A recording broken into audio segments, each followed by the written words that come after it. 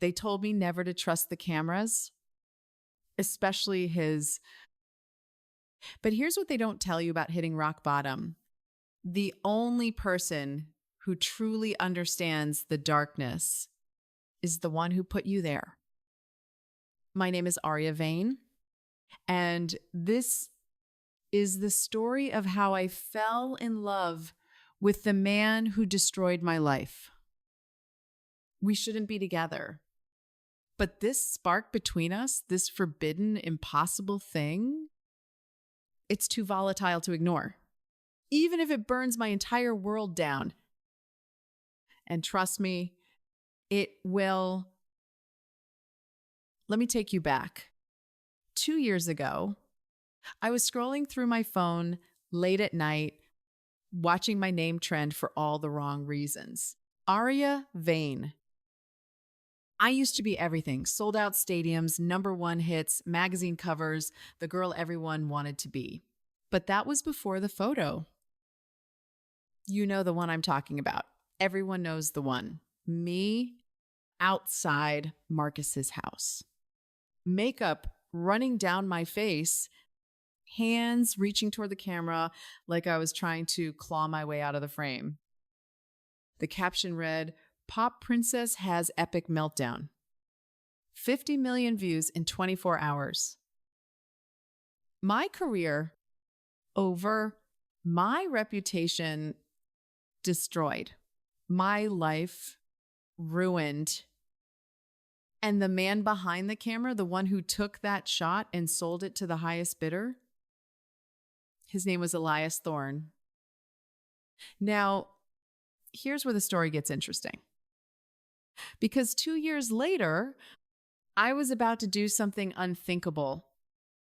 I was going to fall in love with the man who destroyed me.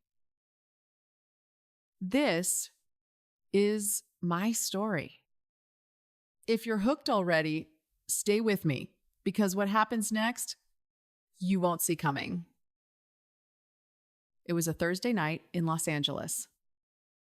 I stood outside the Vanguard Gallery, baseball cap pulled low, sunglasses hiding eyes that hadn't slept in days. My manager told me not to come. My therapist told me not to come. Every rational part of my brain was screaming at me to turn around and go home. But I couldn't. Because inside that gallery, hanging on pristine white walls, selling for thousands of dollars each, were my worst moments. My humiliation, beautifully framed. My pain, signed by the artist. And the artist? He was inside right now, sipping champagne, shaking hands, accepting congratulations for his raw and unflinching celebrity photography. My hands shook as I pulled open the gallery door. The room went silent. Heads turned, whispers spread like wildfire through the crowd. Oh my God, it's her. Someone get a video. And then I saw him, Elias Thorne. Tall, dark hair falling into storm gray eyes, expensive leather jacket that somehow looked lived in. He was holding a glass of red wine, and when our eyes met across that crowded room, he didn't run. He didn't look away. He walked straight toward me. "You have some fucking nerve," I hissed when he got close enough. Elias didn't blink. "I didn't think you'd come." "You made a career out of my pain. You turned my breakdown into art." I gestured at the massive prints on the walls. "And now you're selling it." His jaw tightened. His voice was calm, too calm. "I'm not selling you. I'm selling the truth about how we consume people." "Spare me the philosophy. You destroyed my life for clicks." "You destroyed your own life, Aria. I just documented it." The words hit like a physical blow. I felt the room watching, phones out, recording. I was going to be a meme again by morning. The cycle never ended. Take them down, I said.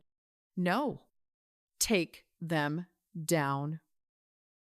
Elias leaned in close. So close I could smell his cologne. So close I could see the flecks of gold in those gray eyes. And for just a moment, I thought he might apologize. Instead, he whispered, "Make me." And just like that, the war began. But here's what I didn't know yet. This man had a secret that would change everything. Stay with me. 24 hours later, I received a text from an unknown number. "Meet me, Griffith Observatory, midnight, come alone, -E. Simone lost her mind.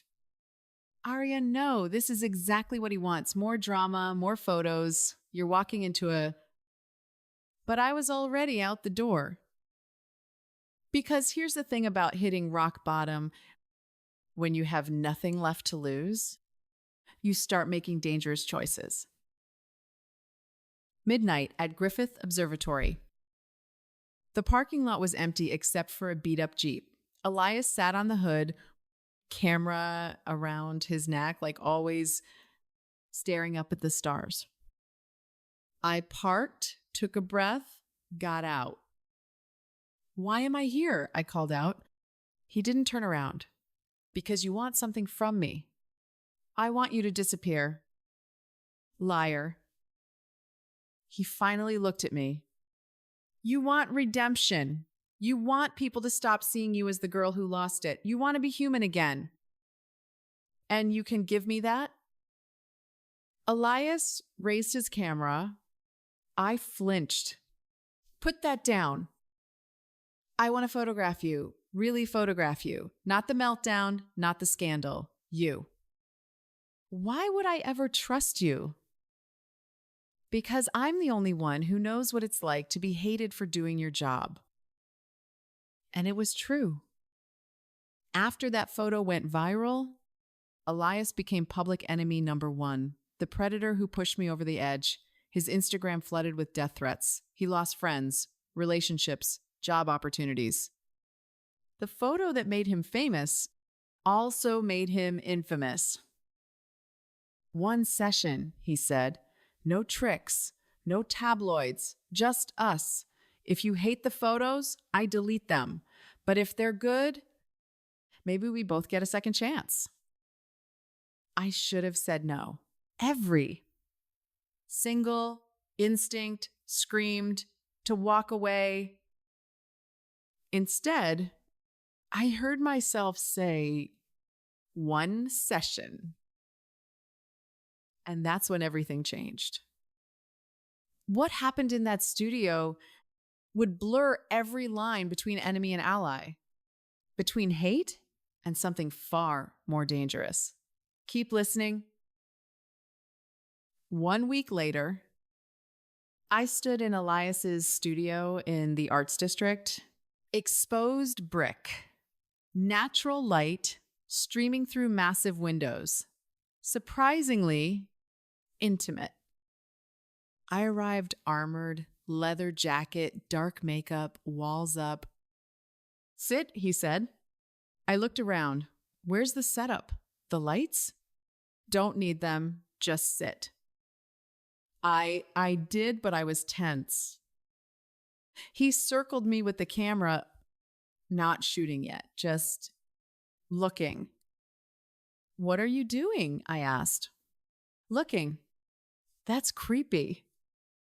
"You've been looked at your whole life, Arya. When's the last time someone actually saw you?" The question caught me completely off guard. Click, click, click. "Tell me about the first song you ever wrote." "What?" "The very first one, before the label, before everything." I was 14. It was called Invisible, about feeling like no one really knew me, even though I was on TV. Click, click, click. Why'd you stop writing like that? Because Invisible doesn't sell stadiums. Click. Do you miss it, being invisible? Every single day. The camera lowered. Elias looked at me, really looked at me, and I felt more naked than if I'd removed every piece of clothing. Why did you take that photo? I whispered. The one outside Marcus's house. You could have walked away. Elias was quiet for what felt like forever. Then he said, because someone paid me $50,000 to make sure I was there that night, to make sure I got the shot. The room spun? What? I was hired, Arya. Someone wanted you destroyed. And I was desperate enough to take the money. Everything just shattered. The man I was starting to trust, the man I was starting to feel something for, had just confessed to the ultimate betrayal. But WHO paid him, and why? Stay with me. Because the truth is darker than you think. Back at my apartment, I was pacing like a caged animal. Elias sat on my couch, head in his hands. Who paid you? I don't know. It was anonymous. Wire transfer, encrypted email. Bullshit. You took money to ruin my life and you didn't ask questions? Elias stood. I was about to lose my apartment. My dad needed surgery and I had no insurance, no savings, no... So you sold me out. Yes, I did. And I've hated myself every goddamn day since. Get out. Arya, get out. He didn't move. Someone wanted you gone. Someone powerful enough to pay that kind of money and stay hidden. Don't you want to know who? I did. God help me. I did. And so began our investigation. Former enemies, now reluctant allies, digging into a conspiracy that went deeper than either of us imagined. We started digging. Simone pulled files from my old label, found a clause in my contract about moral character that would void my multi-million-dollar deal if scandal hit. Motive? We confronted Marcus. Did you set me up? But he was confused, genuine. I loved you. Why would I? I believed him. Then, in Elias's old emails, we found it. The original message. Sender Vanguard Media at encrypted.com. Vanguard? The same gallery that had been showing Elias's work. The same gallery where this all started. That night, we broke into the gallery. Well, Elias had a key, but it felt like breaking in. In the office, filing cabinets, correspondence, invoices, and then a name. Helena Vance. My former publicist, the woman who quit right before the scandal broke. I remembered texts from 2 years ago. Helena, you need to listen to me about this Marcus situation. Me, I'm not doing another fake breakup for press. I actually love him. Helena, then you're making a huge mistake. We had our answer. Now, we needed the truth. Helena opened the door to her penthouse in a silk robe. She looked at us both and smiled. Took you long enough. You destroyed me. Why? Helena poured 3 glasses of wine like we were old friends. Because you were becoming real, darling, falling in love, wanting privacy, talking about taking a break from music. Do you know how much money you cost people when you're real? The label, the sponsors, me. We'd built an empire on Arya Vane the brand. But you wanted to become Arya Vane the person. So you paid him to ruin me. I paid him to capture the truth. You were falling apart. You were making terrible decisions. I just accelerated the inevitable. Elias stepped forward. You used me. I used everyone, darling. That's the job. I lost everything. No, you lost the fake version of yourself. And look, you survived. You could come back now, better than ever. I could make it happen. With you taking your cut? Exactly. I looked at Elias, at Helena, at the life I thought I wanted. No, I'm done being your product. And I walked out. But the story wasn't over yet because I still had one final decision to make. Stay with me. The next morning, Elias's studio, same stool, same light, but I was different. Why are you still here? I asked. I should hate you. You should, but I don't, and I don't know if that makes me stupid or brave. I think it makes you human. You took money to destroy me. I did, and now you're helping me. I'm trying. Why? Because somewhere between that first photo and this moment, I fell in love with you. And I know I have no right to feel that. And I know you could never. I kissed him. When we broke apart, I want to do the shoot, the real one. No armor, no walls. I want the world to see me the way you do. Are you sure? No, but I'm doing it anyway. And what happened next would break the internet. Over the next week, Elias photographed me. Not the pop star, not the scandal, me. In my childhood bedroom at my mom's house, surrounded by old posters and journals from when I still believed in magic. At the Troubadour, the tiny club where I played my very first show to 17 people, in a recording studio at 3 a.m, writing music with no one listening, no one judging, just me and the piano. At the beach at sunrise, laughing genuinely for the first time in years. These weren't paparazzi shots. They were love letters. And then I did something radical. I posted them, all of them, on Instagram with a caption.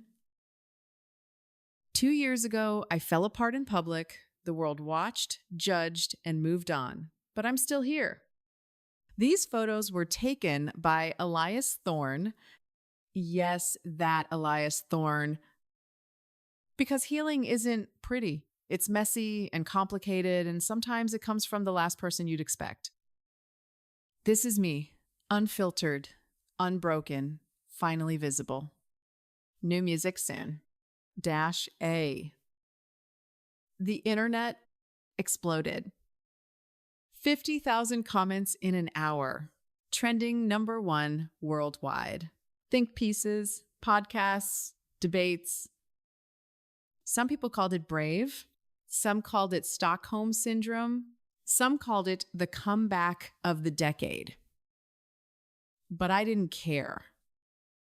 Because for the first time in my life, I was telling my story on my terms. 6 months later, a small venue in Silver Lake, 200 people. No stadium, no pyrotechnics, just me, a piano, and songs about survival. In the back of the room, Elias watched through his camera lens. But he wasn't shooting, he was just watching. After the show, we walked out together. And there they were, the paparazzi. Cameras flashing, questions shouting. Arya, are you two together? Elias, how does it feel to date the woman you destroyed? Is this real or is this for publicity? This time, I didn't hide. This time, I didn't run. I took Elias's hand and we faced the lights together. Because here's what I finally learned. The narrative was never ours to control. The public will always have opinions. The cameras will always flash. But love? Real, messy, complicated, imperfect love? That's ours. And no lens can capture that. So, what did you think? Could you forgive the person who ruined your life if they truly changed? Is redemption possible for everyone? Or are some betrayals unforgivable? Drop a comment below and let me know. And if this story hit you in the feels, share it with someone who needs to hear it. Hit the subscribe button for more stories about messy love, second chances, and the lies we tell ourselves. Because the truth is, we're all a little broken. We're all trying to find someone who sees us. And sometimes that person is the last one we'd expect. Thanks for listening. This has been Through the Lens. Until next time, keep looking for your light.